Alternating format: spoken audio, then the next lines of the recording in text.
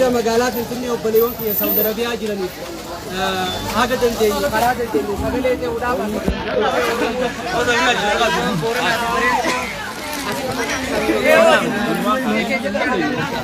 Gimana movie? فلاشه خلاص يلا. السلام عليكم ورحمه الله وبركاته.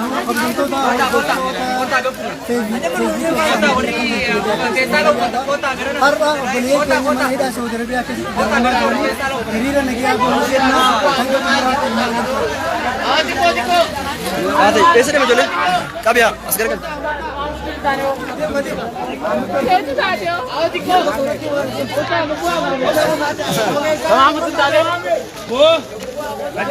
سوتا جايكم سني منا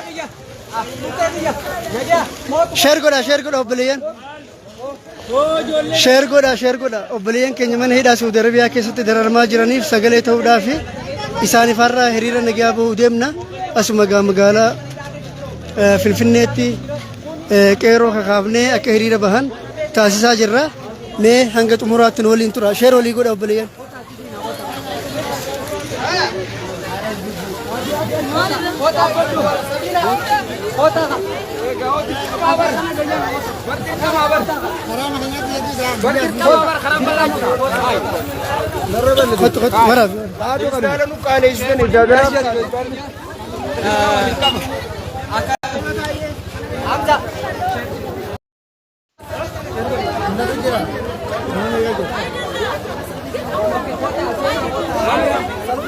asbat tuannya atan.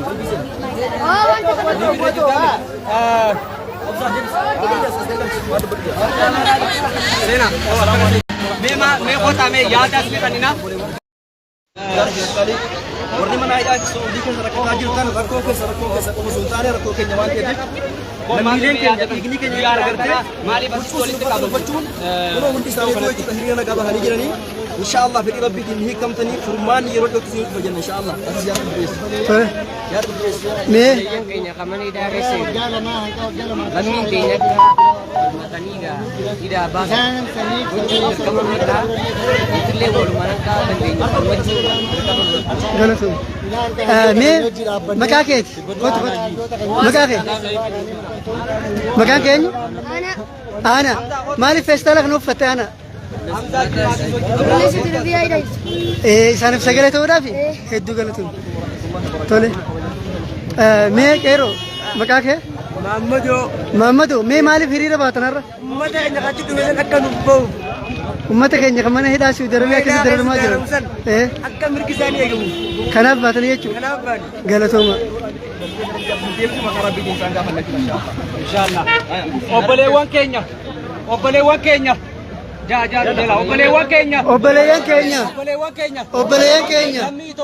lammii Itoophiyaa kan tahan qaama alagaatiin qaama sadaffaatiin mana hidhaa keessatti dararamaa waan jiraniif mootummaan Itoophiyaa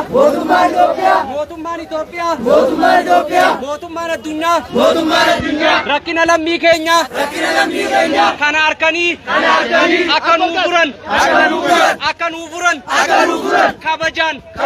kabajaan gaafanna nuti lammii Itoophiyaati nuti lammii Itoophiyaati eenyummaa keenyaan qaama sadaffaatiin dararamaa jirra qaama sadaffaatiin dararamaa jirra akka gallu biyya keenyatti nuuf murteessa murtee hojiitti jijjiira murtee hojiitti hiika qaama sadaffaan miidhamuu keenya hamma yoomiiti dubartoonni keenya biyya Saudi Arabiyaa keessatti qaamni isaanii saree ta'aa jira dhiironni keenya qaamaan irrachaa jiru kanaaf sagalee barbaadu galuu barbaadu namni lammii Itoophiyaa taatan otoo gosaan waliif qoonne osoo gandaa waliin qoonne osoo kutaa waliin qoonne akka sagalee taataniif barbaanna kanaaf obboleewwan keenya Saudi Arabiyaa keessa jiran qaama kamiinuu haa ta'u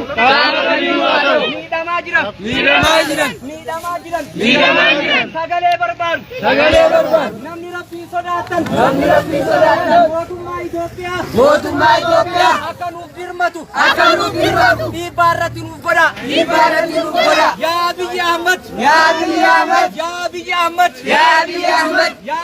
Ahmad yaa sanyii kiyya lammii kee sanyii kee mana hidhaa keessatti dararamaa jiru qaama sadaffaan miidhamaa jiru yaa Shimallis Abdiisaa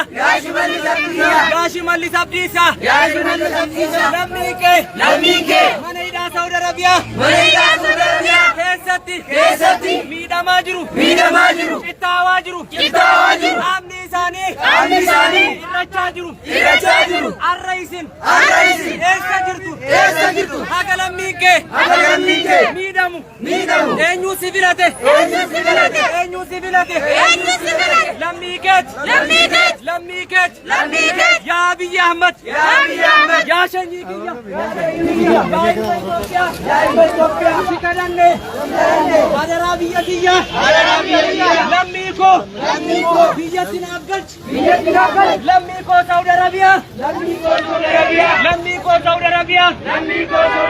biyyatti nuuf galchi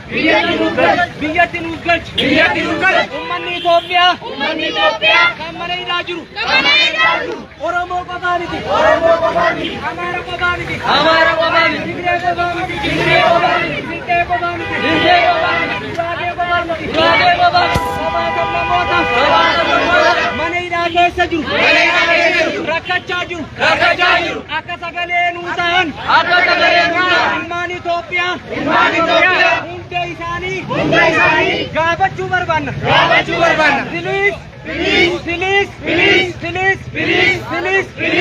Free Ethiopia Public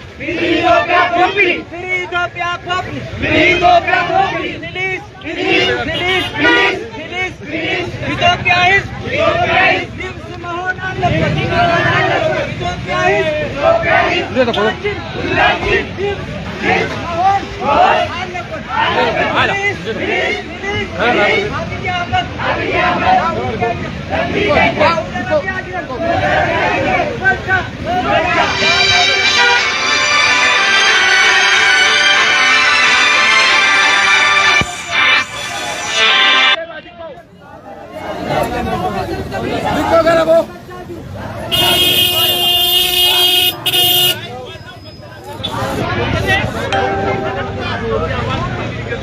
Hayat, sorry.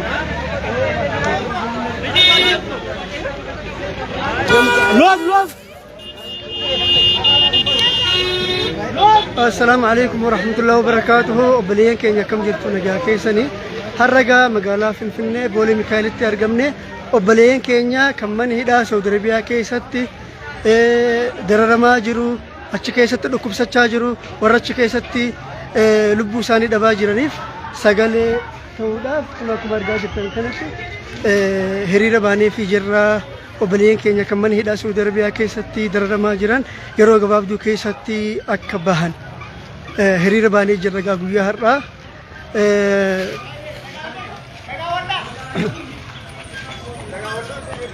kanuma gaa obboleeyyan viidiyoo sheer walii godhaa.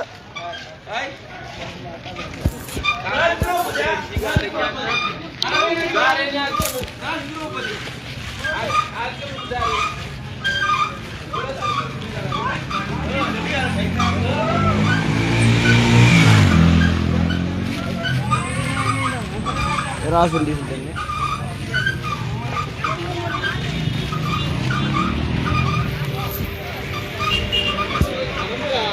obboleeyyan keenya bakka adda addaatti kan nu daawwachaa jirtan isinillee gaa bakkuma jirtanii obboleeyyan keenyaaf du'aa godhuu hin dagatinaa obboleeyyan keenya akka bahan du'aadhaan akkasuma haala isaan keessa jiran sammatan suudaan akka addunyaan arku obboleen keessaniif sagalee ni gaafanna walammii keenya galchan nuti asirratti siyaasaa dalaguuf miti siyaasaa keessa galuu hin barbaannu lammii keenya immoo akka galan ni barbaanna kanaaf akka nu hubattan barbaanna nagaan nu tura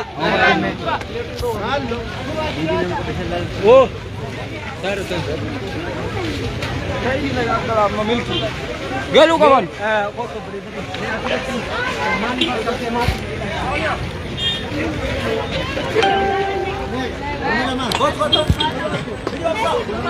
obboleeyyan gaa akkuma argaa jirtan hamma dandeenyatti gaa nuti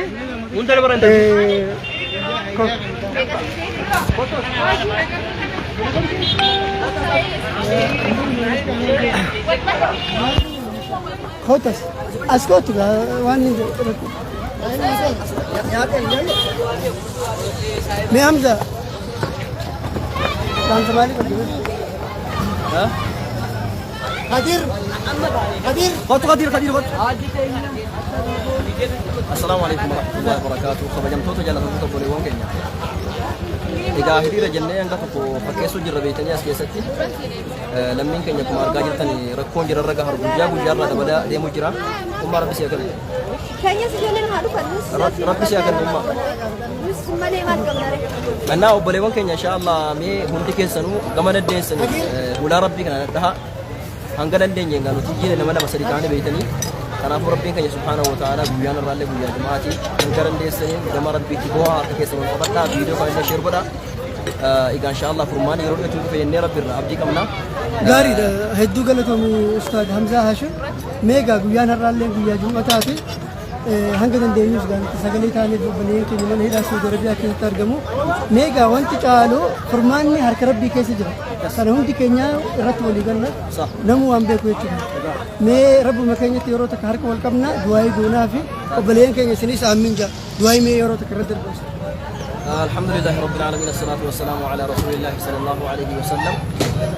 Egaa akkuma beekamu obboleewwan kiyya rabbii subhaanahu wa ta'ala قرآن ساكن ستمال جدا وإذا سألك عبادي عني فإني قريب أجيب دعوة الداعي إذا دعاني بروغر بيجكان كو واهي كان قرآن قافة ربين كينيا فغوجرا يو فغوجرا تسغلي الكافني سيامنا يوم موتي هو كتاو تاي سغلي كمني سيامنا يعني يروسا سغافة فإني قريب تايس تاي ولي دمنا فإني قريب يعني هو أجدتي إتكتني يا ربي سبحانه وتعالى كنافو wanni ta'u kun maali du'aayi yeroo cinqii kan ergamaan keenya Muhammad sallallahu alaihi wasallam barsiisan du'aayi kamiiti la ilaha illallah al-azim al-halim la ilaha illallah rabbul arshil azim la ilaha illallah rabbus samawati wa rabbul ardi wa rabbul arshil karim du'aayi kana jumessa amma du'aayi nabiyullah yunus fi dhulumatin thalath dukkana sadi keessatti rabbitti iyyata jenna rabbiin dukkana sadi keessaa isa baase dukkana halkanii dukkana baharii dukkana qurxummii keessaa isa baase la ilaha illa anta subhanaka inni kuntu minadh dhalimin amma hawaasni keenya dibbina waa hidhamee jirus لا إله إلا أنت سبحانك إنا كنا من الظالمين جدا إني كنت من الظالمين بكيتا سبحانك إنا كنا من الظالمين جداتي مالي في جميع الإجود وليك وبكنا وليقلمي خلافون كيسا البوجان الرا كيسا ساعاتي أسرين بودا ساعاتي مستجابة واجي لفنشا هندي كيسا خيري دلق دنيا برستني ربتي جدا أمني كي يسونا كنا قام به بيجي كنا نوجد إن شاء الله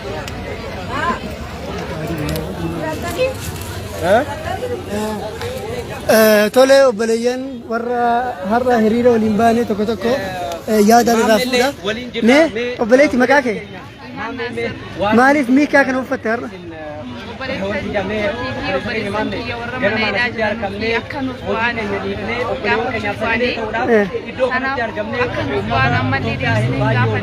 tole dhaamsa maalii dabarsita rabbi sabruma godhan jiran sabri goda waa guddaatu jira akkasumallee yaa namni hin baatu inshallah rabbi sinaa baatu tole galatoon maqaa kee Jaalata Ahmad mee Jaalata Ahmad guyyaa har'aa maaliif miikaa gurraacha kana kaattee hiriira baate? Bulanyaa keenya kan mana hidhaa arsan. Sana akka nu baasan jennee yaada keenya baafachuu barbaanne. Tole. Bulanyaa keenya sun akka mana hidhaa rakkina iddoo har'a dhagahamu jira. Rakkinni sun akka baay'ee hin deemne akka nu baasan barbaanne. Tole ati hoo maqaa kee? Aku boleh yang kayaknya. Maqaan kee? Junaidi. Junaidi. Tole hayyee. Aku boleh yang kayaknya waan barbaada. Kita mana ini magara. Kamana mana abiyyi mana mana akan wasle mana cete tani mana no gurra akan wasle. Tole nyaman ila kaisitti festival of fadera fudura anu di asli kati onni diru. Rayyan nyaman ila kaisitti festival of chini budu. Yo wan birana matre gam sagaru tu. Rayyan ngi sana mo kanaga nu wasam berwande. Obboleeyyan keenya ijoolleen kun ijoollee gartee amma gurguddachaa jirtu ijoollee xixiqqoodha. Wanni isaan jechaa jiran nuti uffata bareedaa uffachaa nagayaan firaasha bareedaa irra rafaa jirra. Obboleeyyan keenya immoo feestaalii kan uffataniiti mana hidhaa keessa simintoo irra rafaa jiranii nuu bahuu qabanii. Obboleeyyan keenya yeroo gabaabaa keessatti nuu bahuu qabanii nuti sagalee taanaa fi jechaa jiranii. Dhugaa wanni isaan jedhan hedduu. Niin dhufaaf isaan dhufeef. Salaamu alaikum. Maali jirtan? Dalaga jirtanii? Dalagaa keessa lammii deenya lammii biyya jechaati. Naa dhaabbii jira gaa waan addunyaa. Tole. Akkas jira. Mee maal jettaan quba qabdaan obboleeyyan keenya kan mana hidhaa keessa jirramaa jiran? Qubaan qabaanii hedduu takka taranuu jiranii mootummaan keenya humsilaa akka barallee ta'u biyya keenya nu deebise mana hunda sundaan tajaajila dhaabbate gama qoteen hedduu takka dararaa isaanii akka dararaa biyyaatti hedduun dararamu jira. Jechuun namni dhaga'amu jira dararaan isaanii san silaa mootummaan keenya kun dirmatee hedduu takka sila. Maaltu godhamuu qaba jettu? Wanni godhamuu qabu hattamaa yeroo ammaan sanaatti uummanni san goddaamu jira miidhamu jira. Beelaanis ukkaamaanis waa meeqa jiranii bimbeessaa jirtu silaa hattamaa mootummaa kun dhaqee das na jaala. Tole maqaa obboleetii? Tole mee yaada keetis? Beenti meneeda keessa nama jira. Daa'imman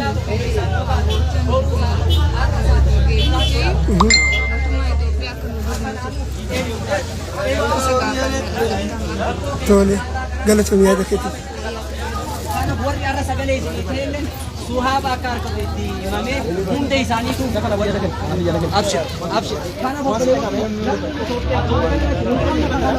waada gallee waan nuti galle guyyaa jummataadha obboleewwan keenya sagalee ta'uu qabna jeetiin feesbuuk irratti osoo namni baay'een na daawwatu dubbadhee ture.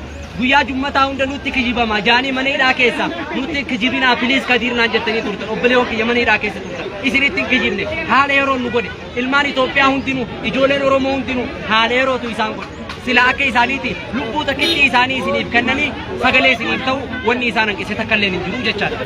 Kanaaf wanni hubachuu qabdan sheekotii isaa ta'u qeessi isaa ta'u eenyuun haa ta'u dirqamni lammii keenyaaf sagalee ta'uudha isaan irra jira mootummaas maantaan mootummaan Abiyyi Ahmad piliis ummata kanaan isin filatamtanii aangorra jirtan obboleewwan keessan kuni ilmaan keessan kuni lammii keessan kuni mee ani amma mee ati guyyaa tokkoof daqiiqaa tokkoof kan mootummaa keessa jiru guyyaa tokkoof mee yookaan sa'a takka feestaala uffadhu mana kee keessa ulaafitti cufii taa'i. Wallahi wa billahi wa tallahi summa wallahi daqiiqaa takkaaf hin dandeessu. Duuba obboleessi kee obboleettiin ta'e feestaana gurraacha kana uffattee wayaa uumtuu takka malee shaknaa rakkisaa jiru. Kun isin hin mararu. Kanaaf haga dandeessanitti akka dandeessanitti eessa jiraadhu obboleewwan keessan kana hin dagatinaa piliis warri mootummaa keessa jirtan sagalee taaf manni maree bakka bu'oota irraa isaatu eenyuun haa ta'u. Lammii keessa kun isin qaba. Namni Itoophiyaa keessa qofa jiru miti. Lammii Itoophiyaa jechuun eessayyuu yoo jiraatu. Fakkeenyaaf lammiin Iswiidiin tokko yoo biyya Itoophiyaa keessatti hidhame lammiin biyya alaa tokko yoo Itoophiyaa keessatti hidhame embaasii yoo su dhufee baasa yoo su sagalee ta'aaf miidiyaa irratti isin maaltu isin callisiisa. Ijoolleen kun bar siyaasaaf osoo hin taane dalagataaf kan biyyaa baate hannaaf osoo hin taane yookaan nama ajjeeftee osoo hin taane dalagataaf jireenya ofii jijjiiruuf har'a ani biyya saniin turee dhufe. Biyya san rakkoo isin akka maal fakkaattu hin beeknu. Hamzaan rakkoo biyya Arabaa keessa harkee dhufe. Hamzaa Boorollee biyya san harkee jira. Obsaan harkee jira. Ijoolleen nu har'a asitti wali qabamne haki tokko biyyi san maal akka isin fakkaattu beeknaa jechaadha.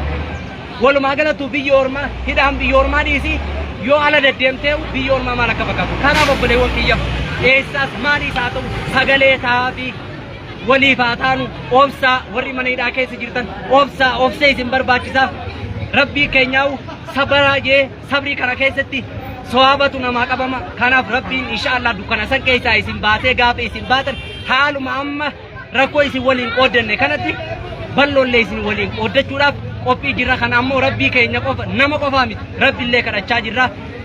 Warri ammoo maaliif maatiin keenya gadi ba'anii sagalee nuuf hin taane warri jettan please maatiin keessan rakkoo keessaniis harka tokkoon qabaati rakkoo maatii keessan kan biyya jiru jireenyi biyyallee qaala'ee maatii ofii jiraachifadhu foolii gabbiigaa jiranii jecha. Kanaaf maatiin keessan miskiinummaa injifachaa jira akka irran laal maatii keessan kan duraan akka baadiyyaa fi magaalaa quba qabdan amma jireenya waliin qabsoo ol qabaa jira irran laalinaadha.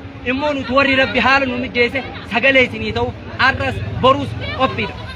Kanaaf jennaan amma sirra deebi'ee gabaabattoonni nani dhaammadhu mootummaan Itoophiyaa obboleeyyoon keenya mana hidhaa Saudi Arabiyaa keessa jiran galchuudhaaf dirqamas qaba. Ni isinii kadhanna akka mootummaatti isin kadhachaa jirra. Wanni nu isin goonuu isin dandeenyu waan isin nu gootanii jira. Kanaaf nu lammii keessan waan isin nu gootan ta'an nu galchaa isin jenna. Please wassalaamu alaikum warahmatullahi wabarakatuh.